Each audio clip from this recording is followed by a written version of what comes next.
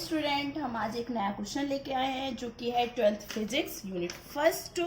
Gauss प्रमेय की सहायता से विद्युत क्षेत्र की तीव्रता का व्यंजक ज्ञात कीजिए जबकि बिंदु, ये आपका क्वेश्चन है एक समान आवेशित गोले के लिए। ओके, जबकि बिंदु फर्स्ट पॉइंट है गोली कवच के बाहर हो, सेकंड पॉइंट है गोली कवच के पृष्ठ पर हो एंड थर्ड पॉइंट है गोली कवच के अंदर हो। स्टूडेंट, मैंने हिंदी लिख के रखी है ताकि टाइम थोड़ा मुझे कम लगे। चलिए हम स्टार्ट करते हैं क्वेश्चन। माना कैपिटल आर त्रिज्या का कोई गोली कवच है। ये जो हमारा मैंने एक गोला बनाया हुआ है, सपोज ये हमारा एक गोली कवच है जिसकी त्रिज्या क्या है, कैपिटल आर। चलिए तो मैं त्रिज्या बना देती हूँ।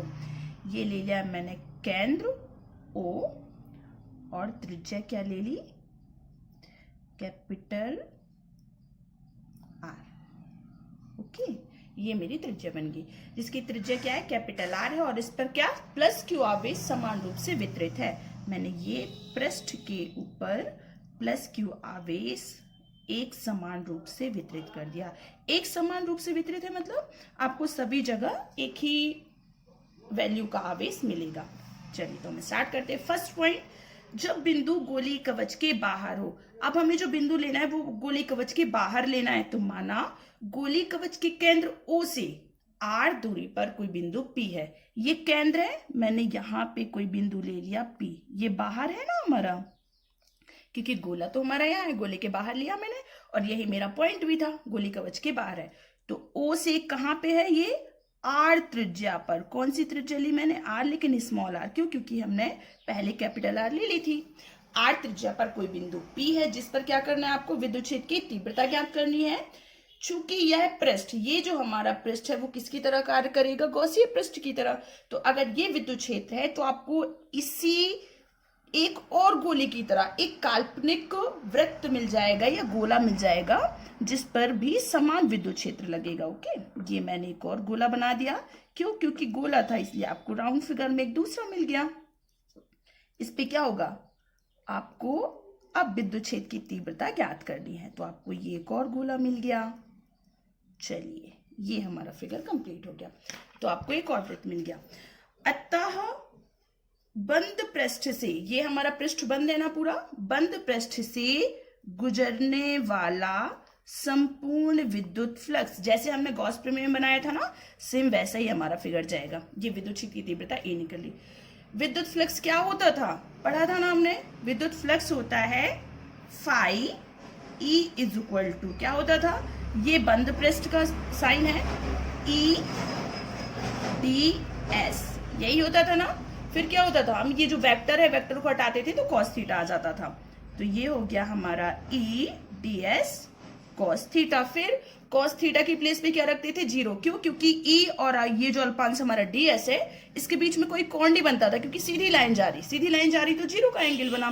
तो यहाँ पे थीटा की प्लेस पे क्या रखते थे, हम 0 रखते थे और cos 0 का आंसर क्या होता है, 1। तो हम यहाँ पे फिर से phi E ds cos 0 put करेंगे। cos 0 का आंसर 1 होता है, इसलिए cos 0 क्या होगा, हट जाएगा। तो आपके पास बचा कितना answer, phi E is equal to E ds, इतना बस बचा। फिर आप E को बाहर कर दो और ds को किसके साथ रखोगे, इस समाकलन के साथ। तो E को मैंने बाहर कर दिया, समाकलन के साथ सिर्फ किसको रखा, ds को। और ये किसका समाकलन है, ये गोले का पृष्ठीय क्षेत्रफल है यहाँ पे, और गोले का पृष्ठीय क्षेत्रफल क्या होता, 4 पाई r स्क्वायर।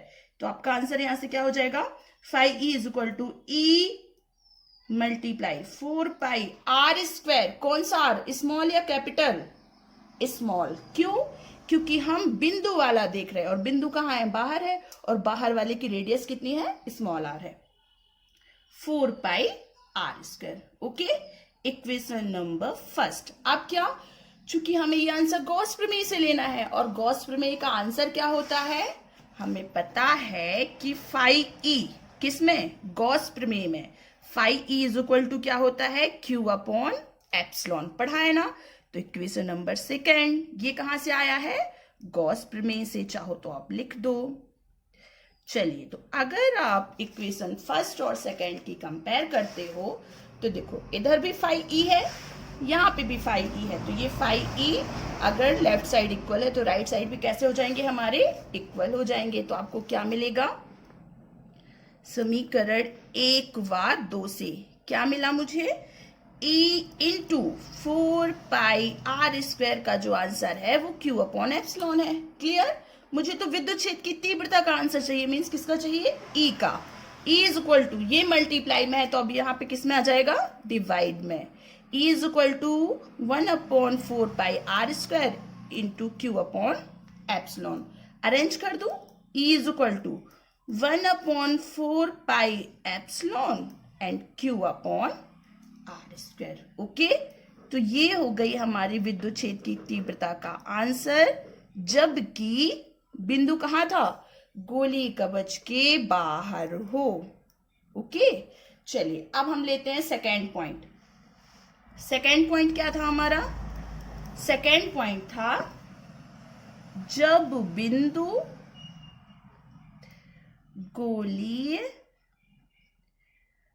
कवच के पृष्ठ पर हो। ओके, यही था ना? चलिए, तो अब मैं देखती हूं जब बिंदु गोली कवच के पृष्ठ पर हो।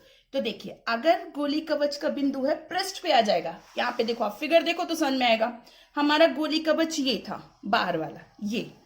अब अगर ये जो P बिंदु है वो यहां से हट के कहां पे आ जाए? पृष्ठ पे आ जाए, मतलब यहां पे आ जाए, अंदर वाले गोले पे आ जाए, तो क्या होगा? ये जो स्मॉल r है उसकी जरूरत नहीं पड़ेगी। क्यों?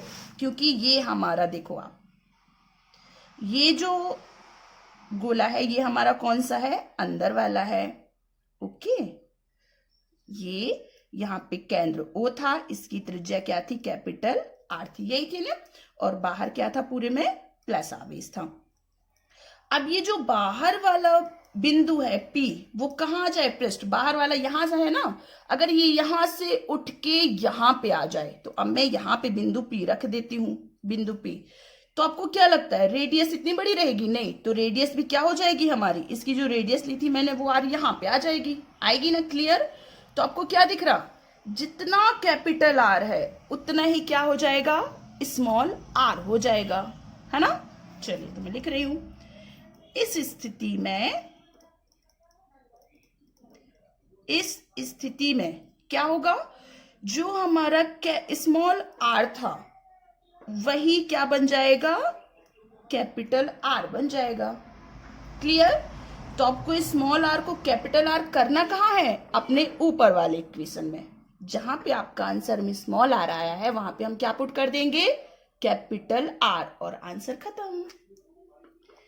समीकरण 3 से क्या मिलेगा आपको? E is equal to 1/4π epsilon and Q upon, small r नहीं लिखूंगी मैं, अब क्या लिखेंगे हम? Capital R²। ये हमारा सेकेंड पॉइंट भी सॉल्व हो गया। Equation number 4। चलिए, लास्ट पॉइंट क्या है हमारा? थर्ड पॉइंट क्या है?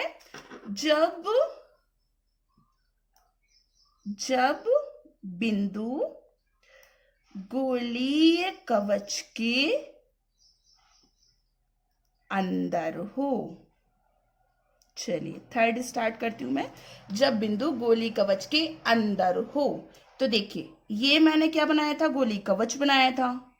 क्लियर? ये हमारा गोली कवच है जिसका केंद्र O है और त्रिज्या क्या है? कैपिटल R है, और हमारा जो पृष्ठ के ऊपर समान रूप से आवेश वितरित है। ओके, चलिए, अब हमें क्या करना है? बिंदु को कहाँ स्थित करना है? गोली कवच के अंदर। तो अंदर मैंने ये यहाँ पे बना दिया, बिंदु P बन गया। अब आप एक चीज देखो, क्या बिंदु P गोले को टच कर रहा? नहीं, और जहां पे आवेश है उसके सामने भी नहीं है वो, क्योंकि आवेश तो हमारा बाहर था। बिंदु कहाँ चला गया? अंदर चला गया। तो अगर बिंदु अंदर चला गया और आवेश पृष्ठ पे था, तो क्या बिंदु P को कोई आवेश मिलेगा? नहीं। क्यों? क्योंकि जो आवेश था वो पूरा का पूरा कहाँ था? उसके पृष्ठ के ऊपर था, और ये तो अंदर खोखला गोला था, तो अंदर तो उसको आवेश ही नहीं मिलेगा। ओके, तो देखो, चूंकि जो हमारा आवेश गोले के पृष्ठ पर समान रूप से वितरित है। वितरित का मतलब फैला हुआ है। ओके, वितरित है। अतः उसके अंदर कोई आवेश नहीं होगा। क्लियर? तो गोले के अंदर कौन सा आवेश है? कोई भी आवेश नहीं है। और अगर गोले के अंदर कोई भी आवेश नहीं है, इसका मतलब क्या है? जो हमारा Q का वैल्यू है, जो हमारा Q का वैल्यू है वो कितना है? 0 है। ओके, तो अब आपका जो Q का वैल्यू 0 है वो आप किसी भी समीकरण में रख सकते हैं। अगर आप इसमें रखोगे इक्वेशन नंबर 3 में Q की प्लेस पे 0, अगर Q की प्लेस पे 0 रख दोगे तो ये पूरा आंसर क्या हो जाएगा? 0। क्यों? क्योंकि यहाँ पे इनटू लगा। अगर आप इक्वेशन नंबर 4 में रखते हो Q की प्लेस पे 0, तो भी ये आंसर पूरा क्या हो जाएगा? 0 हो जाएगा। आप कहीं पे भी Q इक्वल टू 0 रखोगे तो आपको विद्युत क्षेत्र की तीव्रता E का जो आंसर है वो क्या मिल जाएगा? 0 मिल जाएगा। Q is equal to 0। समीकरण किसी में भी रख देती हूँ मैं, समीकरण 3 से E का भी आंसर क्या मिलेगा आपको? ऐसा मिलेगा 1/4 पाई एप्सिलॉन इनटू, यहाँ पे ऊपर क्यों लिखा था तो क्यू की प्लेस पे मैंने क्या रख दिया? 0 अपॉन में आर स्क्वायर। तो जब किसी का मल्टीप्लाई 0 के साथ करोगे तो पूरा आंसर क्या हो जाएगा? 0 हो जाएगा। क्लियर? ये आपके तीनों जो कंडीशंस थी वो यहाँ पे प्रूव्ड हो गई है।